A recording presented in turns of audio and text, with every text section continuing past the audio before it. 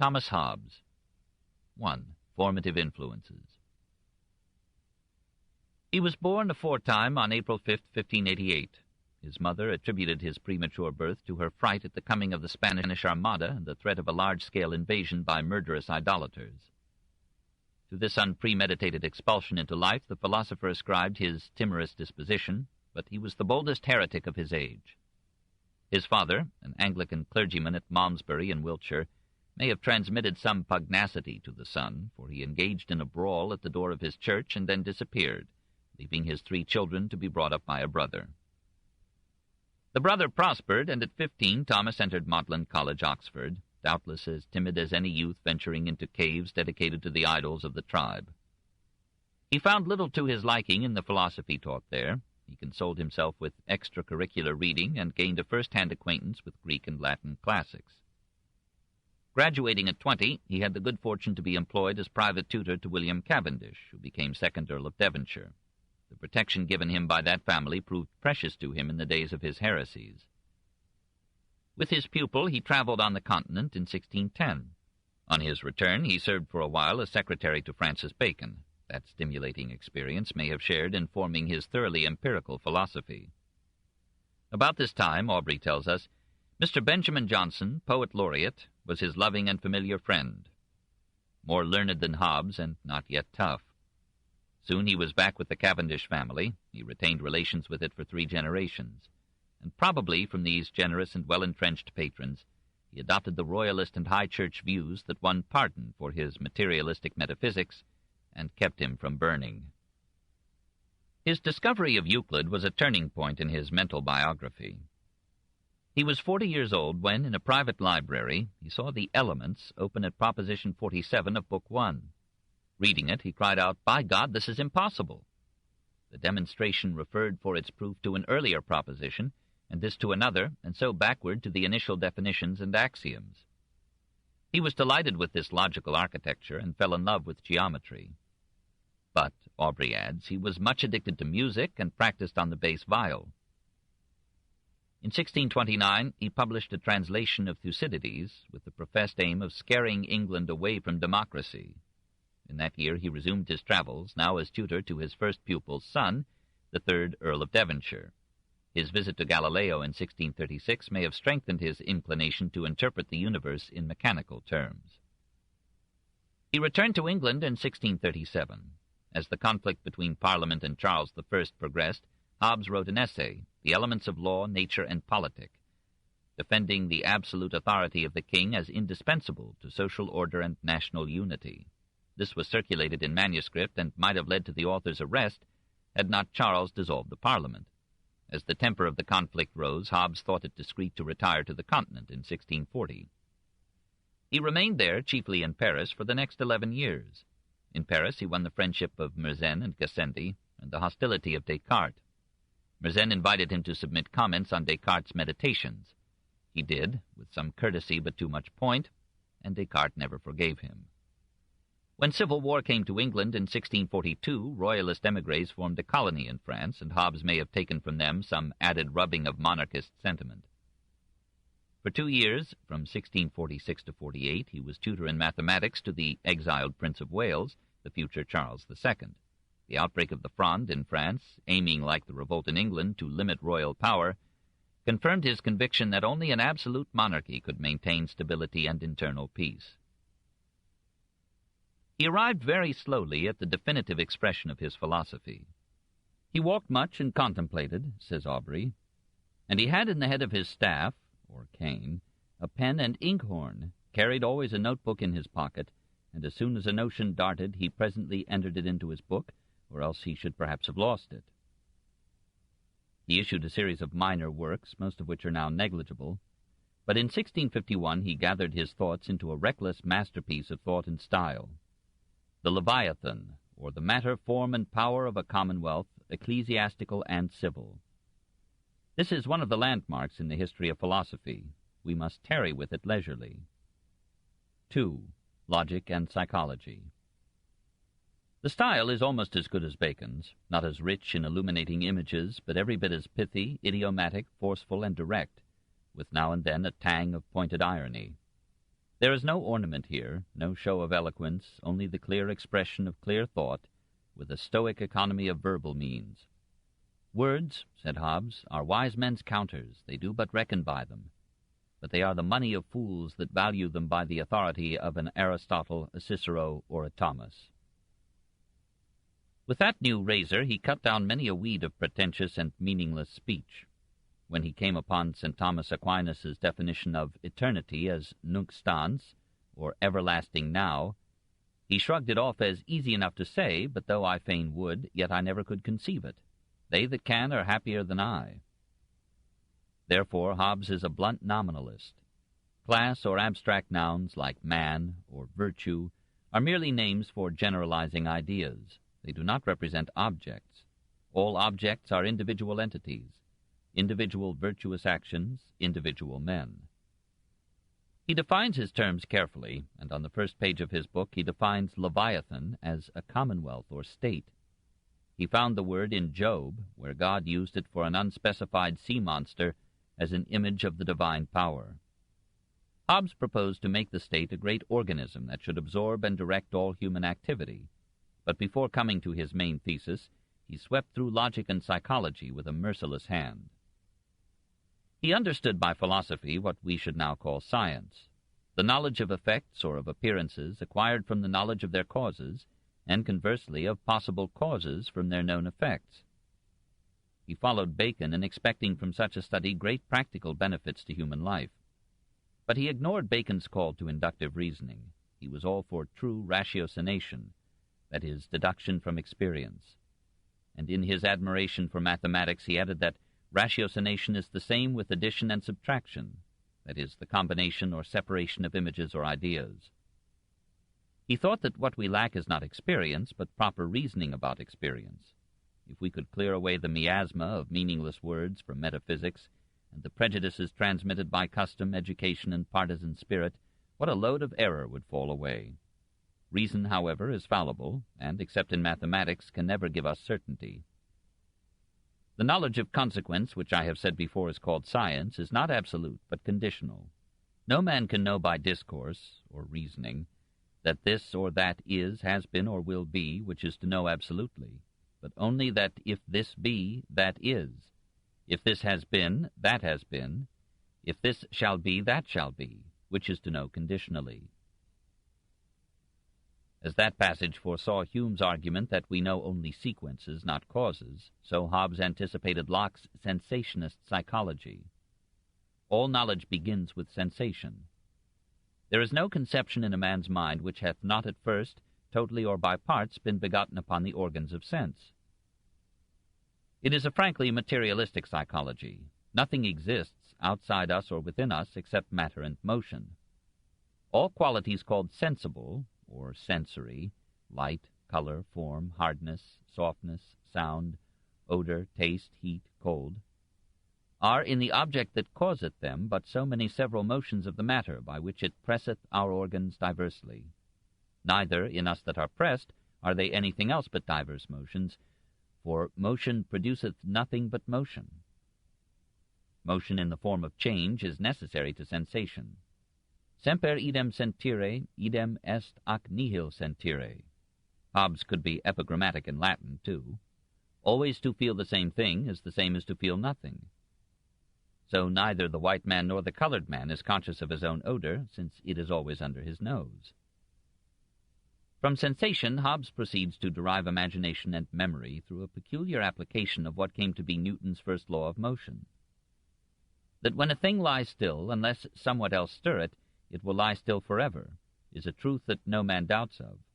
But that when a thing is in motion, it will be eternally in motion, unless somewhat else stay it, though the reason be the same, namely that nothing can change itself, is not so easily assented to.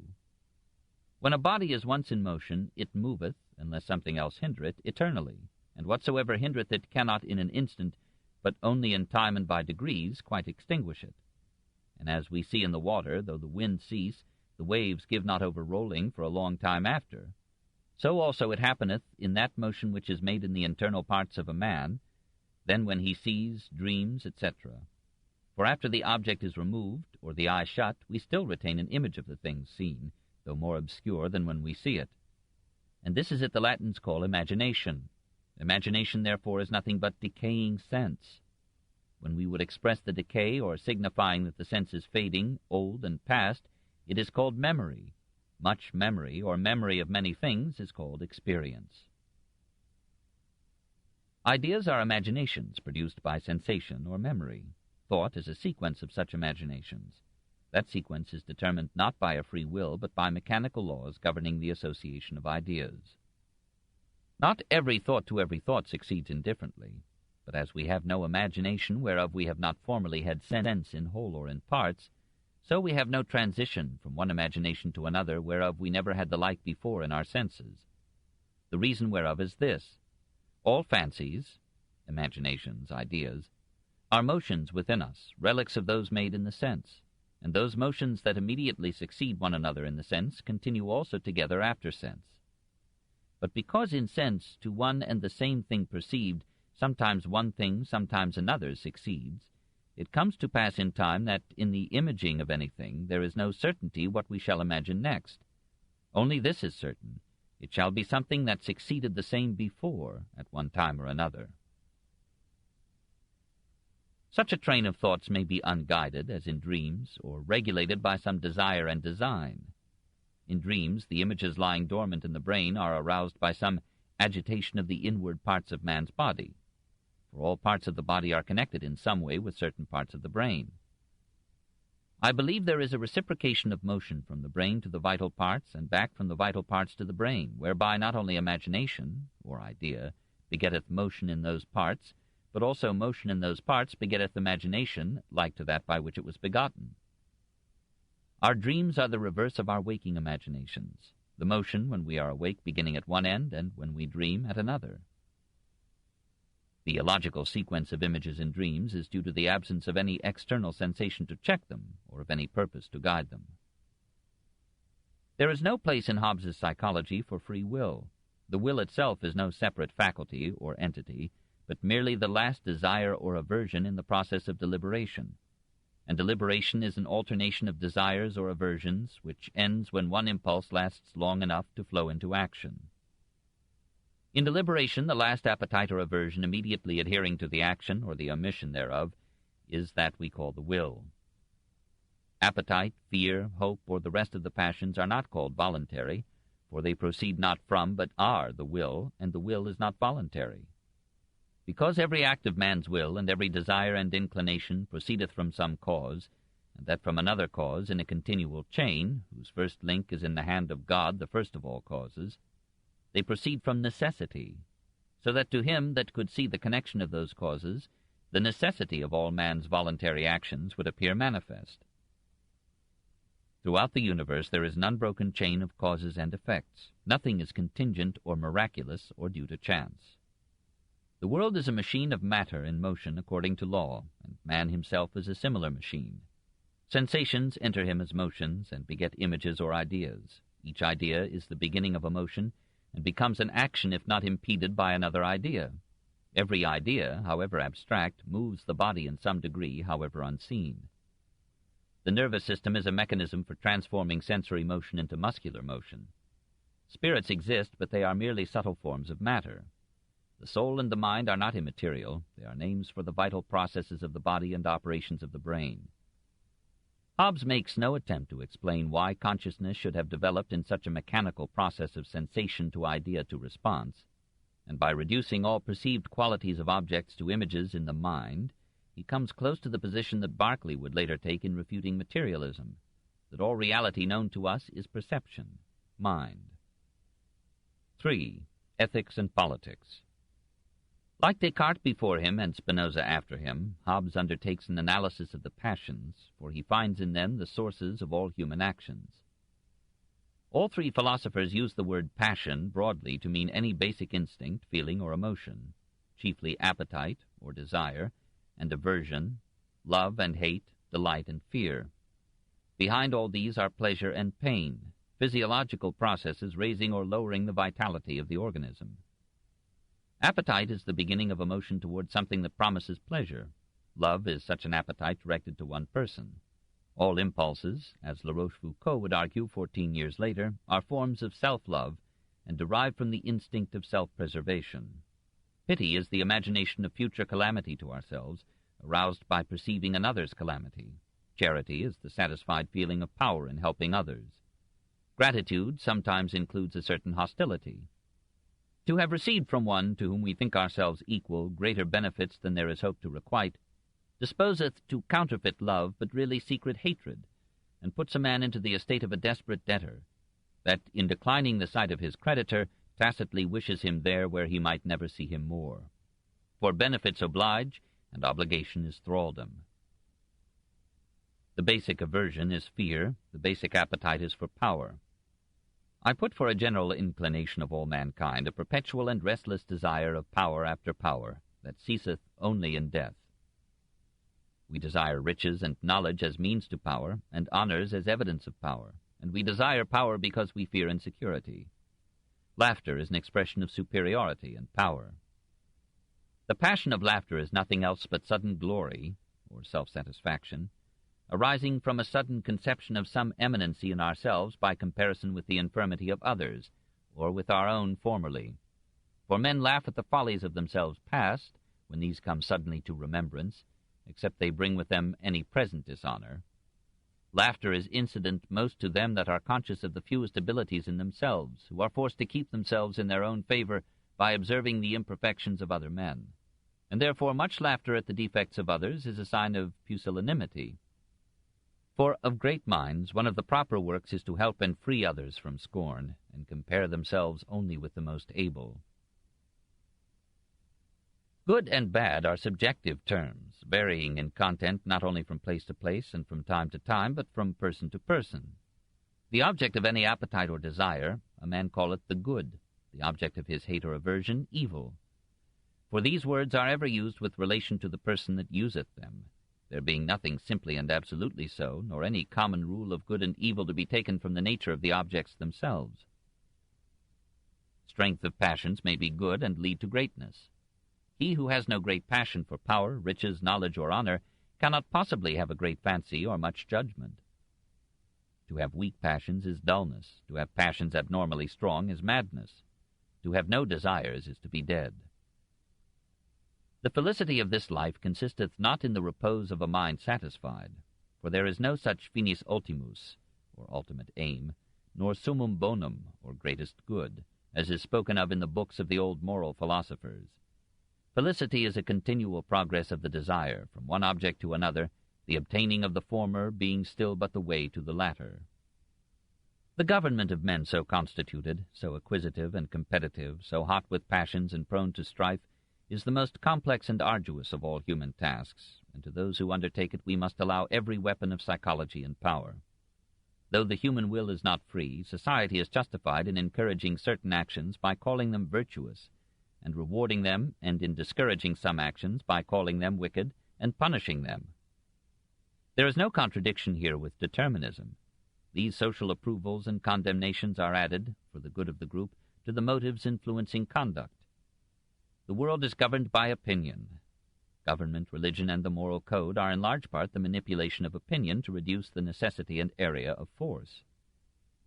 Government is necessary not because man is naturally bad, for the desires and other passions are in themselves no sin, but because man is by nature more individualistic than social. Hobbes did not agree with Aristotle that man is a political animal, that is, a being equipped by nature for society. On the contrary, he conceived an original state of nature, and therefore the original nature of man, as a condition of competition and mutual aggression, checked only by fear, not yet by law. We can visualize that hypothetical condition, said Hobbes, by observing international relations in our own age. Nations are still for the most part in a state of nature, not yet subject to a superimposed law or power. In all times, kings and persons of sovereign authority, because of their independency, are in continual jealousies, and in the state and posture of gladiators, having their weapons pointed and their eyes fixed on one another, that is, their forts, garrisons, and guns on the frontiers of their kingdoms, and continual spies upon their neighbors, which is a posture of war. Where there is no common power, there is no law, no injustice. Force and fraud are in war the cardinal virtues. So, Hobbes believed, individuals and families, before the coming of social organization, had lived in a condition of perpetual war, actual or potential, every man against every man. War consisteth not in battle only, but in a tract of time wherein the will to contend by battle is sufficiently shown. He rejected the theory of Roman jurists and Christian philosophers that there is or ever was a law of nature, in the sense of laws of right and wrong based upon the nature of man as a reasonable animal. He admitted that man was occasionally rational, but saw him rather as a creature of passions, above all the will to power, using reason as a tool of desire and controlled only by fear of force. Primitive life, that is, life before social organization, was lawless, violent, fearful, nasty, brutish, and short. From this hypothetical state of nature, men, in Hobbes's vision, had emerged by an implicit agreement one with another to submit to a common power. This is the social contract theory made popular by Rousseau's treatise under that title in 1762, but already old and battered in Hobbes's day. Milton, in his tract on the tenure of kings and magistrates in 1649, had just interpreted the contract as an agreement between a king and his subjects, that they would obey him, and that he would properly fulfill the duties of his office. If he failed in this, said Milton, like Buchanan, Mariana, and others, the people would be justified in deposing him. Hobbes objected to this form of the theory on the ground that it established no authority empowered to enforce the contract, or to determine when it had been broken.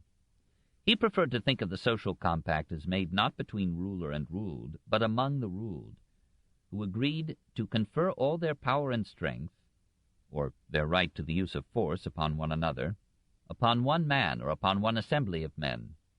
This done, the multitude so united in one person is called a commonwealth.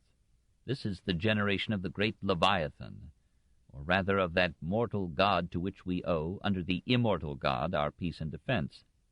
For by this authority, given him by every man in the commonwealth, he hath the use of so much power and strength conferred on him, that by terror thereof he is enabled to form the wills of them all, to the end he may use the strength and means of them all, as he shall think expedient, for their peace and common defense.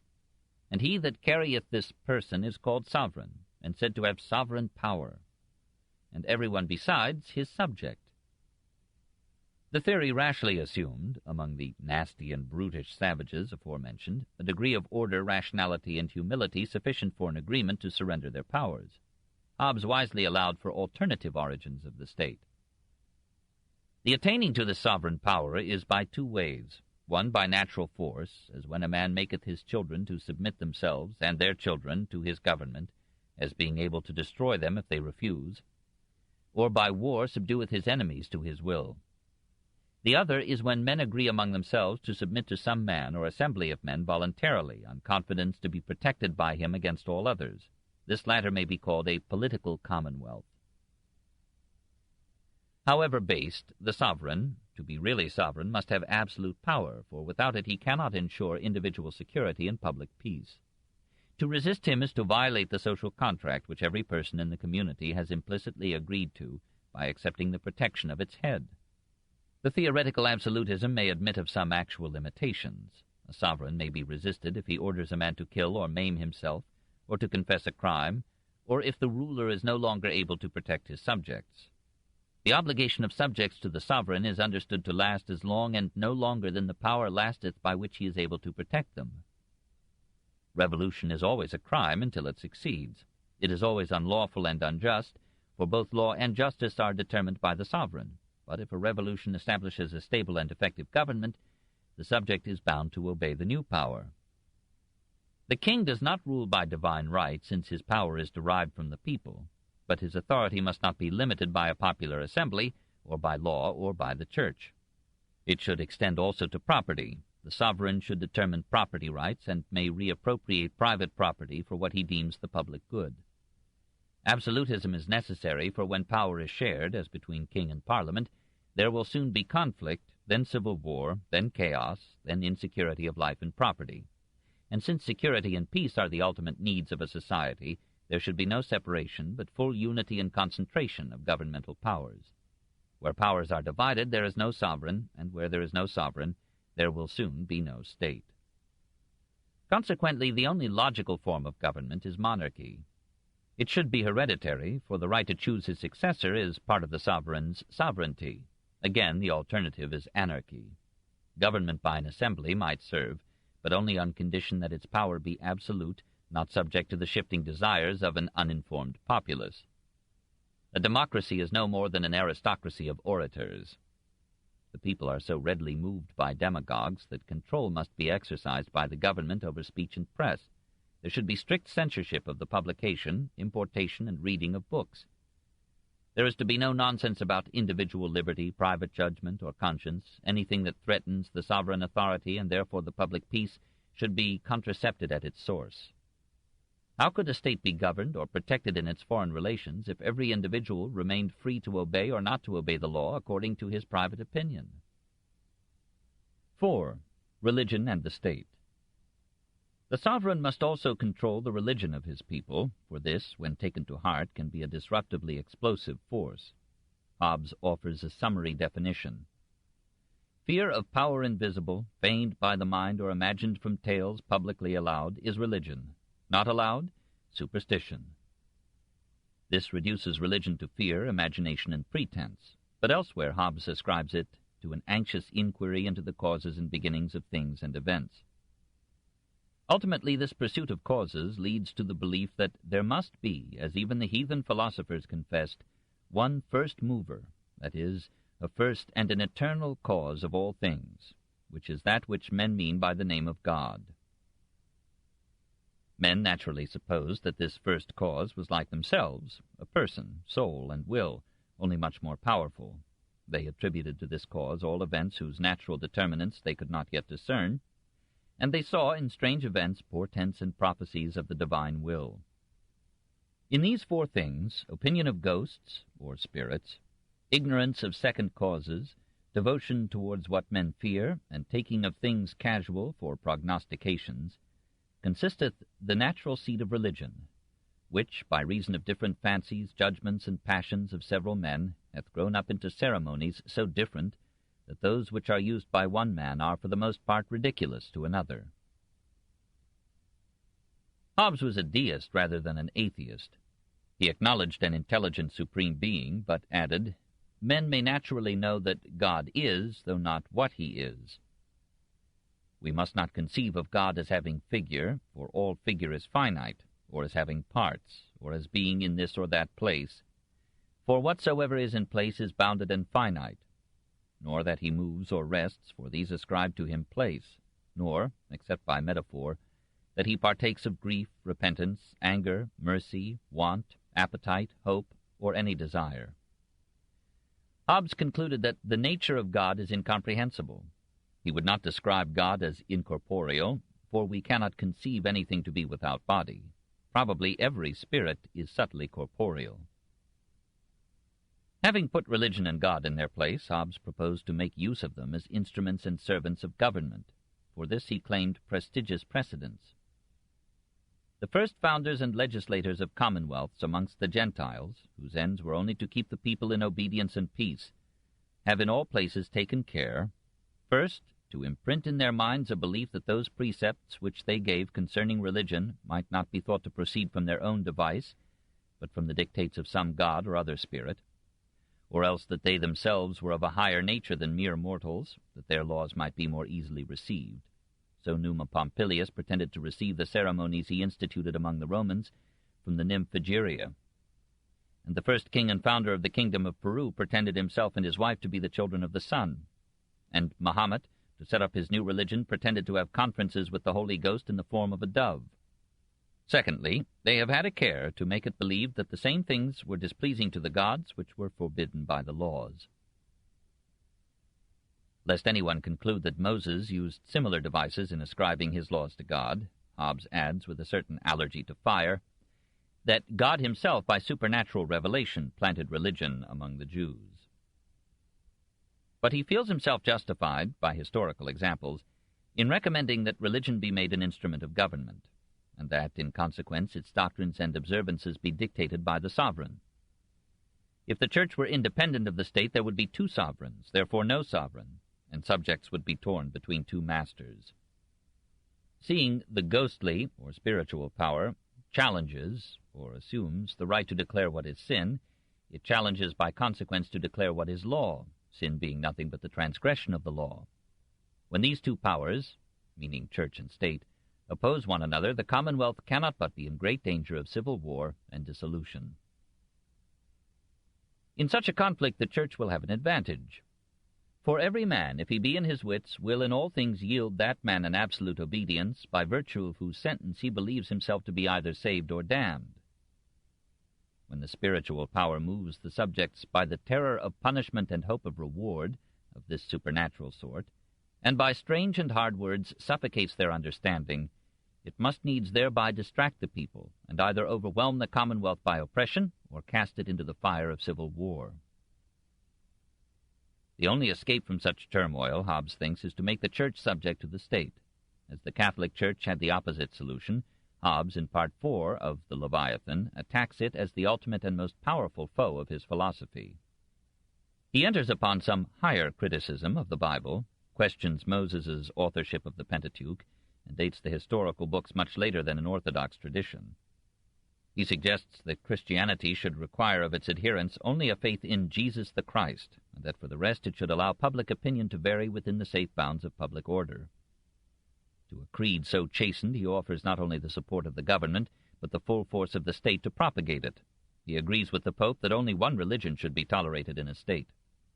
He advises the citizens to accept the theology of their sovereign without critical hesitation as a duty to morality and the state. For it is with the mysteries of our religion as with wholesome pills for the sick, which, swallowed whole, have the virtue to cure, but chewed are for the most part cast up again without effect. The most powerful assault that any Englishman had yet made upon Christianity ended with Christianity established as the inescapable law of an absolute state. 5. Baiting the bear. And thus, said the final paragraph of the Leviathan, I have brought to an end my discourse of civil and ecclesiastical government, occasioned by the disorders of the present time, without partiality and without other design than to set before men's eyes the mutual relation between protection and obedience. The impartiality was not widely recognized. The émigrés who gathered about Charles II in France welcomed Hobbes's defense of royalty, but condemned his materialism as indiscreet, if not blasphemous. And they regretted that their unmanageable philosopher had spent reams attacking the Catholic Church just when they were soliciting the aid of a Catholic king. The Anglican divines, who were among the refugees from the triumphant Puritans, raised such an outcry against the book that Hobbes was ordered to come no more to court. Finding himself now friendless and unprotected in France, Hobbes decided to make his peace with Cromwell and return to England. According to Bishop Burnet, he made some changes in the text of the Leviathan to gratify the Republicans. This is not certain. Certain it is, however, that the doctrine of revolution as unlawful in origin but sanctified by success fitted imperfectly, like patchwork, with the basic doctrine of absolute obedience to an absolute monarch. The final review and conclusion, which looks like an afterthought, explained the conditions under which a subject formerly loyal to a king might in time gracefully submit to the new regime that had deposed the king. The book was published in London in 1651 while Hobbes was still in Paris. At the end of that year, amid a severe winter, he crossed to England and found a familiar haven with the Earl of Devonshire, who had long since submitted to the revolutionary Parliament. Hobbes sent in his own submission. It was accepted, and the philosopher, supported by a small pension from the Earl, moved to a house in London, because in the countryside the want of learned conversation was a very great inconvenience. He was now 63 years old. Slowly, as his book found readers, a swarm of critics gathered around his head. One clergyman after another came to the defense of Christianity and asked who was this Malmesbury animal who set himself up against Aristotle, Oxford, Parliament, and God. Hobbes was timid, but he was a fighter. In 1655 he restated, in the Elements of Philosophy, his materialistic and deterministic views. John Bramhall, the learned Bishop of Derry, cast his hook for Hobbes in the Catching of the Leviathan in 1658, and aimed so well, according to another bishop, that the hook is still in Hobbes's nose. The attacks continued in almost every year till Hobbes's death. The Earl of Clarendon, after his fall from power as Chancellor, amused his exile by publishing a brief view and survey of the dangerous and pernicious errors in church and state in Mr. Hobbes's book entitled Leviathan, this in 1676. Through 322 pages, it followed the volumes systematically, answering argument with argument in lucid and majestic prose. Clarendon spoke as a man with long experience in political office, and smiled Hobbes's philosophy away as that of one who had no responsible posts to temper his theorems with practice.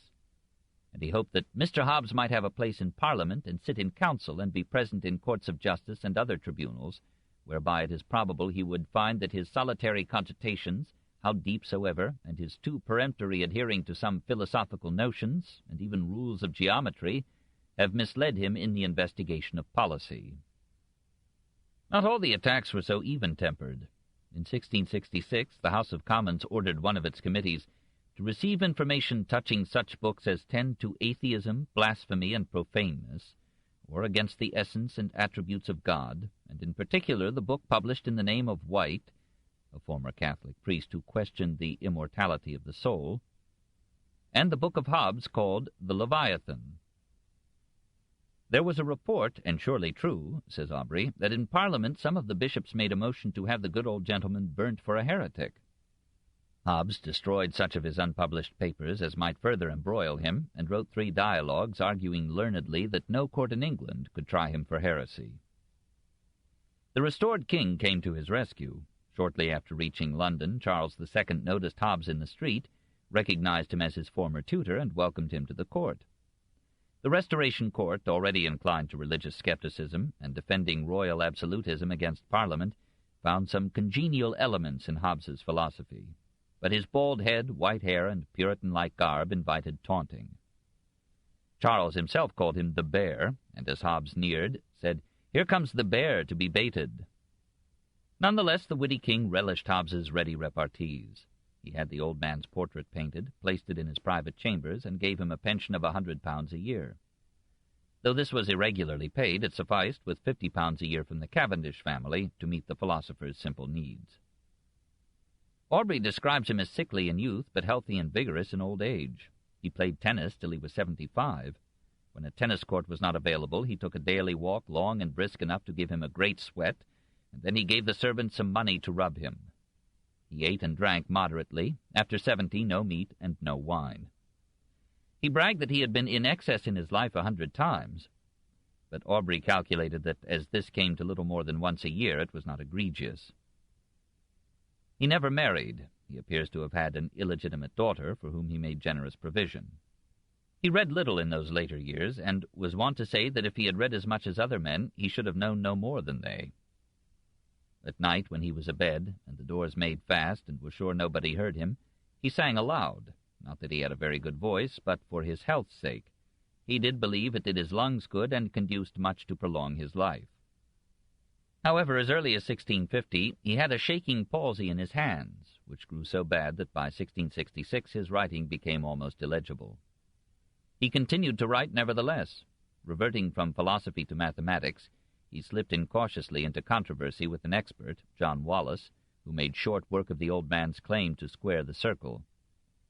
In 1670, aged 82, he published Behemoth, a history of the Civil War. He wrote several replies to his critics and lovingly translated the Leviathan into Latin. In 1675 he composed an autobiography in verse and rendered all the Iliad and the Odyssey into English rhymes, because there is nothing else for me to do. In that year, aged 87, he returned from London to the country and spent the remainder of his life at the Cavendish estate in Derbyshire. Meanwhile his palsy increased, and he suffered from strangury, painful difficulty in urination. When the current Earl moved from Chatsworth to Hardwicke Hall, Hobbes insisted on going with him. The trip proved exhausting. A week later his paralysis spread, putting an end to his speech. On December 4th, 1679, having received the sacrament as an obedient Anglican, he died, 4 months short of completing his 92nd year. 6. Results. Hobbes's psychology was a masterpiece of deduction from inadequate premises.